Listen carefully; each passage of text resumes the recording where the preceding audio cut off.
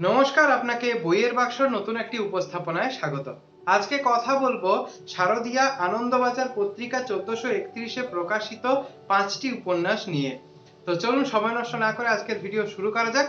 তো প্রথমেই যে উপন্যাসটাকে নিয়ে কথা বলবো সেটা হচ্ছে শেখর মুখোপাধ্যায়ের লেখা তারাদের পৃথিবী। এটা একটা সামাজিক উপন্যাস। এই উপন্যাসের কাহিনীটা সম্পর্কে যদি একটু বলি তাহলে দেখতে পাই বিদেশে গবেষণা করে এমন একটি মেয়ে ভারতে আসে এবং সে এখানে এসে একটা বিয়ে করে এবং সেই বিয়েটাও তার গবেষণারই অংশ। তো সে যে ছেলেটিকে বিয়ে করে সেই ছেলেটা একজন বেকার যুবক। তার আর্থিক অবস্থা খুব একটা ভালো নয়। তো সেই ছেলেটাও কিছু কারণে সেই মেয়েটাকে বিয়ে করে নেয় এবং তারপর তাদের সম্পর্কের নানা দিক এই উপন্যাসে উঠে আসে।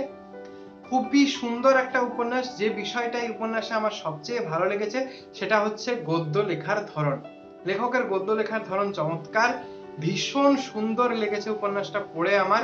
ছোট্ট একটা উপন্যাস, তো আপনারাও পড়ে দেখতে পারেন। এই উপন্যাসটাকে আমি যদি রেটিং দিই তাহলে আমি 5-এ এটাকে 5 রেটিং দেব। পরের উপন্যাসটা হচ্ছে প্রচেত গুপ্তর লেখা সেই সব ছায়া মানুষ। এই উপন্যাসটার বিষয়বস্তু হচ্ছে নরনারীর সম্পর্ক।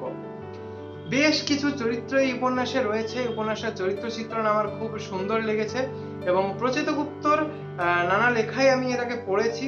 তো আমার ওনার লেখা পড়তে বেশ ভালো লাগে, তবে এইবারের উপন্যাসটা পড়ে আমি কিন্তু এক কথায় মুগ্ধ হয়ে গেছি। নরনারীর সম্পর্কের নানা দিক যেমন উঠে এসেছে, একদমই ঝরঝরে গদ্যে লেখা হয়েছে উপন্যাসটা। তো আমি অবশ্যই আপনাকে এই উপন্যাসটিও পড়ে দেখতে বলবো। খুবই সুন্দর একটা সামাজিক উপন্যাস এবং এই উপন্যাসে চরিত্র চিত্রণ যেমন আমার ভালো লেগেছে তেমনই ভালো লেগেছে চরিত্রগুলোর নানা মনস্তত্ত্ব এই উপন্যাসে উঠে এসেছে। তো এই উপন্যাসটাকে আমি রেটিং দেব 5-এ 5। পরের উপন্যাসটা হচ্ছে অভিনন্দন সরকারের লেখা জনম জনম। এটাকে একটা সিনেমাটিক উপন্যাস আমি বলবো। বিষয়বস্তু হচ্ছে প্রেম। এই উপন্যাসের কাহিনীটা সম্পর্কে যদি একটু বলতে হয় তাহলে হচ্ছে যে একজন বর্তমানে যে সময়টাকে দেখানো হয়েছে সেই সময়ের একজন মেয়েকে দেখানো হয়েছে, যে মেয়েটা একটা কসমেটিক্স কোম্পানিতে চাকরি করে এবং সে সেখানে সেলস গার্ল হিসেবে কাজ করে এবং একজন বেকার যুবককে দেখানো হয়েছে। তো এই বেকার যুবকটি হচ্ছে একজন জাতিস্বর। সে তার পূর্বজন্মের বেশ কিছু স্মৃতি দেখতে পায় এবং সেই সব স্মৃতি থেকেই সে এই যে সেলস গার্লের কাজ করে সেই মেয়েটিকে সে চিনতে পারে এবং সেই মেয়েটি হচ্ছে পূর্বজন্মে একজন রানী ছিল এবং এই যুবকটি ছিল সেই রাজ্যেরই একজন বিপ্লবী।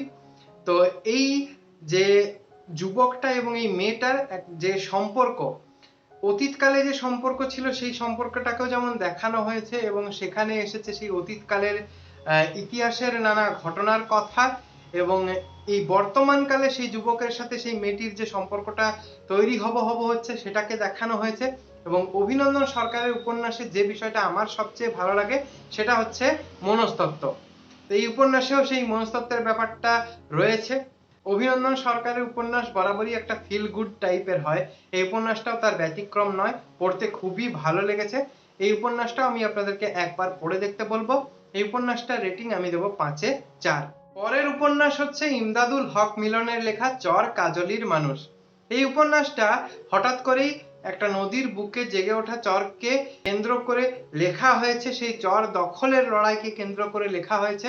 তো সেই চরে নানা ধরনের মানুষ এসে বসবাস শুরু করে এবং সেই সব মানুষদের জীবন যাপনকে কেন্দ্র করে লেখা একটা উপন্যাস। এটা পড়েও আমার বেশ ভালো লেগেছিল। এটাকে আমি রেটিং দেব 5-এ 4। শেষ যে উপন্যাসটার কথা আমি বলবো সেটা হচ্ছে বাপ্পাদিত্য চট্টোপাধ্যায়ের লেখা যেতে হবে যোজন পথ। বাপ্পাদিত্য চট্টোপাধ্যায় আমার ভীষণ প্রিয় একজন লেখক। ওনার বেশ কিছু উপন্যাস পড়ে আমার খুব ভালো লেগেছে এর আগে। এই উপন্যাসটার কাহিনীটাই দেখতে পাই যে এক স্বামী স্ত্রী মথুরা বৃন্দাবনে ঘুরতে যাচ্ছে এবং সেই ট্রেনেই যাচ্ছে দুই ছেলে তার মাকে নিয়ে মথুরা বৃন্দাবনে বেড়াতে এবং সেখানে গিয়ে ঘটনাক্রমে এই স্বামীটি তার স্ত্রীকে হারিয়ে ফেলে এবং এই দুই যুবক তাদের মাকে হারিয়ে ফেলে এবং শেষ পর্যন্ত এই স্বামী কি তার স্ত্রীকে খুঁজে পায় এবং এই দুই ছেলে তার মাকে খুঁজে পায়, সেটাই উপন্যাসে দেখায়। এবং এই হারিয়ে যাওয়ার পেছনে কি কোনো রহস্য লুকিয়ে আছে সেটা জানতে আপনাদেরকে এই উপন্যাসটা পড়ে দেখতে হবে। বাপ্পাদিত্য চট্টোপাধ্যায়ের লেখা একটা খুব সুন্দর জীবন দর্শনের ছাপ পাওয়া যায়। এই উপন্যাসটিতেও সেই জীবন দর্শনের ছাপ স্পষ্ট, এবং এই উপন্যাসটাতে একটা ভ্রমণ কাহিনীরও স্বাদ রয়েছে। সেদিক দিয়ে এটাকে একটা ভ্রমণমূলক উপন্যাস বলা যেতে পারে। এই উপন্যাসটা আপনারা একবার পড়ে দেখতে পারেন। এই উপন্যাসটাকে আমি রেটিং দেব 5-এ 4। এই গেল আমার শারদীয়া আনন্দবাজার পত্রিকা 1431-এ প্রকাশিত 5টি উপন্যাস পড়ে যে অভিজ্ঞতাটা আমার হয়েছে, সেই অভিজ্ঞতা সম্পর্কে কিছু কথা। তো আশা করি ভিডিওটা আপনাদের ভালো লেগেছে। তো আমি এই আনন্দবাজার পত্রিকা থেকে দুটো উপন্যাস আপনাদেরকে অবশ্যই পড়ে দেখতে বলবো। একটা হচ্ছে শেখর মুখোপাধ্যায়ের লেখা তারাদের পৃথিবী, আর আরেকটা হচ্ছে প্রচেত গুপ্তর লেখা সেই সব ছায়া মানুষ। এই দুটো আমার এই বইটার থেকে অবশ্য পাঠ্য উপন্যাস বলে মনে হয়েছে। তো আপনারা পড়ে দেখতে পারেন, এবং যদি আপনাদের এরই মধ্যে পড়া হয়ে গিয়ে থাকে তাহলে আপনাদের এই উপন্যাসগুলো কেমন লেগেছে পড়ে কমেন্টে জানাতে পারেন। নতুন হয়ে থাকলে চ্যানেলটি সাবস্ক্রাইব করে রাখতে পারেন। দেখা হচ্ছে পরের কোনো ভিডিওতে। ততক্ষণ ভালো থাকুন, সুস্থ থাকুন। ভিডিওটা দেখার জন্য অনেক ধন্যবাদ।